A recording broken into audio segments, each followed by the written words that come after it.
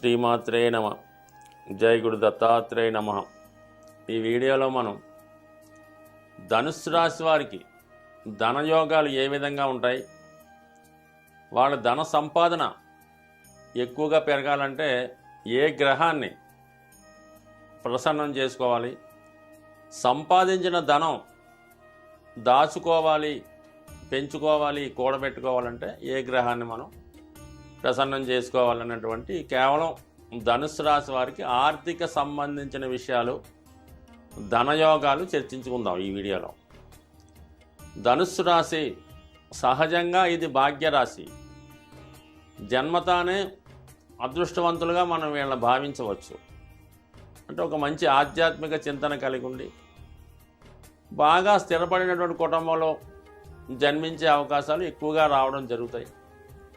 వీళ్ళు బాల్యం అంతా కూడా గురువుల యొక్క ప్రేరణతో కానీ, తాతగారో తండ్రి గారో మొత్తం మీద ఒక మంచి గురువు ద్వారా మరి వాళ్ళ యొక్క అడుగుజాడల్లో వాళ్ళు చెప్పిన విధంగా నడుచుకొని నిజాయితీగా మంచి మార్గంలో వెళ్ళే ప్రయత్నం చేస్తూ ఉంటారు. వీళ్ళకి వెనకాల మాత్రం ఒక గాడ్ ఫాదర్లాగా ఎవరో ఒకరు రక్షిస్తూ ఉంటారు అన్నమాట. వీళ్ళ యొక్క పతనావస్థలో కానీ, ఇబ్బందుల్లో కానీ, కష్టాల్లో కానీ ఎవరో ఒకరు ఆదుకోవడం జరుగుతుంది. అది ప్రత్యక్షంగా ఎవరన్నా అవ్వచ్చు, పరోక్షంగా దైవం కూడా కావచ్చు. వీళ్ళు పుట్టింది 9వ రాశి భాగ్యరాశి. వీళ్ళకి భాగ్యాధిపతి సూర్యభగవానుడు రవి. సహజంగా ఫాదర్ 9వ స్థానం, బట్ సూర్యభగవానుడు భాగ్యాధిపతి అవ్వడం వల్ల వీళ్ళకి సహజంగా భగవంతుడే రక్షకుడు అన్నమాట. భగవంతుడే సర్వదా వీళ్ళ యొక్క క్రియల్ని గమనిస్తూ ఉంటాడు. మిగతా రాశుల వారికి, మిగతా లగ్నాల వారికి కొంత మంచి కానీ చెడు కానీ కొంత ఆలస్యం అవ్వచ్చు. కానీ వీళ్ళకి మంచన్నా చెడన్నా తొందరగా వస్తుంది. అదృష్టం అన్నా అలాగే తొందరగా వస్తుంది, దురదృష్టం అన్నా అంతే తొందరగా రావడం జరుగుతుంటుంది. జీవితంలో ఎంత కష్టపడి జీవితంలో పైకి వస్తారో, ఎంత వేగంగా పైకి వెళ్తారో అంత వేగంగా డౌన్ఫాల్ రావడం జరుగుతూ ఉంటుంది. ఖచ్చితంగా జీవితంలో అప్ అండ్ డౌన్స్ రావడం జరుగుతుంటుంది. వీళ్ళ అదృష్టమైన దురదృష్టమైన తొందరగా రావడం జరుగుతుంటుంది అన్నమాట. అంటే వీళ్ళ యొక్క చేసే పనుల మీద, క్రియలపైన ఖచ్చితంగా వీళ్ళ యొక్క డెవలప్మెంట్, వృత్తి, ఆదాయం ఆధారపడి ఉంటుంది అన్నమాట. నిజాయితీగా వెళ్ళేంతకాలం లైఫ్ అనుకూలంగా ఉంటుంది. ఏమాత్రం రాంగ్ ట్రాక్ వెళ్ళినా, సాంప్రదాయాలకు విరుద్ధంగా లేదంటే గౌరవభంగానికి వ్యతిరేకంగా, అంటే ఏ విధంగా అయినా సరే రైట్ మార్గంలో కాకుండా రాంగ్ వేలో ప్రయాణిస్తే ఖచ్చితంగా సంపాదన పోగొట్టుకోవడం, సంపాదించిన నేమ్ పోవడం జరుగుతూ ఉంటుంది. అంటే ఒక విధంగా వెలివేయబట్టడం జరుగుతూ ఉంటుంది అన్నమాట. సో అంతగా ఉంటుంది వీళ్ళకి పనిష్మెంటు. అలాగే గుర్తింపు పొంది మంచి కార్యక్రమాలు పాల్గొంటే వాళ్ళ నేమ్ కూడా తొందరగానే వస్తుంది అన్నమాట. ఏదన్నా మంచి అన్నా చెడన్నా తొందరగా ఎఫెక్ట్ అయ్యే జాతకం ఎవరిదంటే ధనుసు రాశి వాడు అన్నమాట.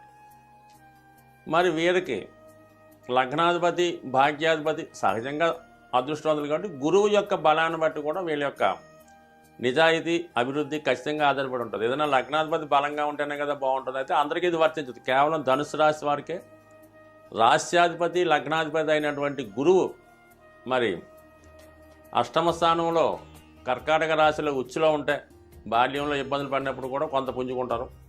అదొక మంచి పొజిషను. అలాగే స్వక్షేత్రం ధనుసులో ఉన్న, చతుర్థం మీనంలో ఉన్న అనుకూలంగానే ఉంటుంది ఈ రాశి వారికి. అంటే ఈ గురువు ఎట్టి పరిస్థితుల్లో కూడా శనితో కానీ, రాహుతో కానీ కలగకూడదన్నమాట. ఈ విధంగా పాపగ్రహాలతో కలిస్తే సంపాదించిన ధనాన్ని వ్యసనాలకో, మోసపోవడం వల్ల, రాంగ్ ఇన్వెస్ట్మెంట్ వల్ల, నమ్మక ద్రోహం వల్ల నష్టపోయే అవకాశం ఉంది. అదే కేతువుతో కలిస్తే లగ్నాధిపతి ఆధ్యాత్మికంగా దాన ధర్మాలు చేయటం వల్ల, గుళ్ళు, మంచి సంస్థలు అంటే ధర్మ కార్యాల ద్వారా ధనాన్ని వెచ్చించి ఆ విధంగా నష్టపోయే అవకాశం ఉంది. సో మొత్తం మీద మంచి కార్యక్రమాలు అయినప్పుడు కూడా ఆర్థికపరంగా నష్టపోతారంటే కొంత దైవభక్తి ఎక్కువై దాన ధర్మాలు ఎక్కువ చేయడం వల్ల నష్టపోవడం జరుగుతుంటుంది. ఆ విధంగా ఉంటుంది. సో ఇది లగ్నాధిపతి బలాన్ని బట్టి. లగ్నాధిపతి స్ట్రెంత్గా ఉంటే దాని తర్వాత ధనయోగాలు, ముఖ్యంగా లాభాధిపతి షష్ఠ లాభాధిపతిగా ఉన్నటువంటి వాడు శుక్రుడు. అంటే 6వ స్థానం శత్రువులు, రోగాలు, రుణాలు. శత్రువుల వల్ల అంటే రుణదాతల వల్ల, అంటే ఈ రాశి వారికి అప్పు చాలా తొందరగా పడుతుంటుంది అన్నమాట. వీళ్ళు అడిగినట్టు ఏ అవసరంగానే అప్పు చేస్తే ఖచ్చితంగా ఏదో సోర్స్ ద్వారా దొరుకుతుంటుంది. మరి 6వ స్థానానికి 6వ స్థానాధిపతి కూడా శుక్రుడు అవటం వల్ల చిన్న తప్పుకి పెద్ద పనిష్మెంట్ ఉంటుంది. ₹1,00,000 అప్పు చేస్తే అది అనేక రెట్లు పెరిగి మీ సంపాదన అంతా మొత్తం దానికే పోయే అవకాశం ఉంది. చివరికి అప్రదిష్ట పాలయ్యే అవకాశం ఉంది. అంటే వాళ్ళే శత్రువులు. మీకు ఎవరైతే అప్పిస్తారో వాడే శత్రువు. వాడి దగ్గర తీసుకున్న ధనమే మీ పతనానికి కారణం అవుతుంది. అంటే ఒకసారి అప్పు తెస్తే మీరు తీర్చలేరు, అంటే ఒక విధంగా ఆ నష్టపోతుంటాడు, మీ డబ్బు ఇచ్చిన నష్టపోతుంటాడు కొంత. సరే, మొత్తం మీద ఏంటంటే ఈ విధంగా అప్పుల వల్ల నాశనం అయ్యే అవకాశం ఉంది. మరి అటువంటి శుక్రుడు రాహుతో కలిసి ఉంటే అక్రమ మార్గాల ద్వారా ధనం సంపాదించినప్పుడు కూడా అది వ్యసనాల రూపంలో పోగొట్టుకునే అవకాశం ఉందంటే సాధారణంగా ధనుసు రాశి వారు అటువంటి జోలికి వెళ్ళరు. బట్ కానీ గ్రహాల స్థితిని బట్టి, మన తలరాతను బట్టి, ఉండే పరిసరాలను బట్టి కొన్ని మన చేతుల్లో లేకుండా జరుగుతుంటాయి. ఆ విధంగా శుక్రుడు రాహుతో కలిస్తే మరి ఈజీగా మనీ సంపాదిద్దామనో, సినిమా పరిశ్రమ ద్వారానో, స్పెక్యులేషన్ ద్వారానో, లేదంటే వేరే ఏదైనా టెక్నాలజీని అనుసరించి, లేదంటే ఈజీ మనీ, ఆన్లైన్ మనీ, లేదా ఈజీ గేమ్స్ వాటి వల్ల నష్టపోయే అవకాశం ఉంది. సో ఏదైనా శుక్రుడు స్వక్షేత్రంలో బలంగా ఉంటే కొంత ఇబ్బందులు పడినా కూడా జీవితాంతం కూడా నెసరీస్కి లోటే లేకుండా వెళ్తూ ఉంటుంది అన్నమాట. అంటే శుక్రుడు వృషభ రాశిలో ఉన్న బాగా కలిసి వచ్చే ప్లేస్ ఏంటంటే మీనరాశిలో ఉచ్చులో ఉంటే, ఇంకా తులా రాశి లేదా తులా లగ్నం వారి జీవితం ధన్యమైనట్టే. కంపల్సరీగా వాళ్ళు జీవితం మంచి వాహనాలు, మంచి గృహం, మంచి భార్య, మంచి జీవితం, మంచి సంసారం జరుగుతుంటుంది. బట్ ఈ చతుర్థ స్థానం పైన, అంటే చతుర్థ స్థానంలో అంటే ఒక విధంగా గురువు యొక్క స్వక్షేత్రంలో, అంటే ధనుసు రాశికి మీనరాశి గురువు కాబట్టి ఇంచుమించు మీనరాశిలో ఏ గ్రహం ఉన్నా ధనుసు రాశిలో ఉన్నట్టే భావించడం జరుగుతూ ఉంటుంది అన్నమాట.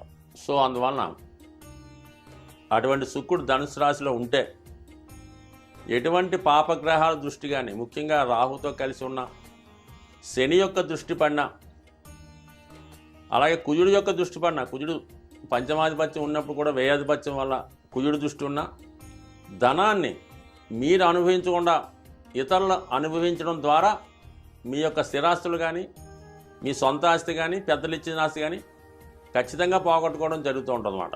సో అందువలన మరి శుక్రుడికి ఎటువంటి పాపగ్రహాల ఎఫెక్ట్ ఉండకూడదు.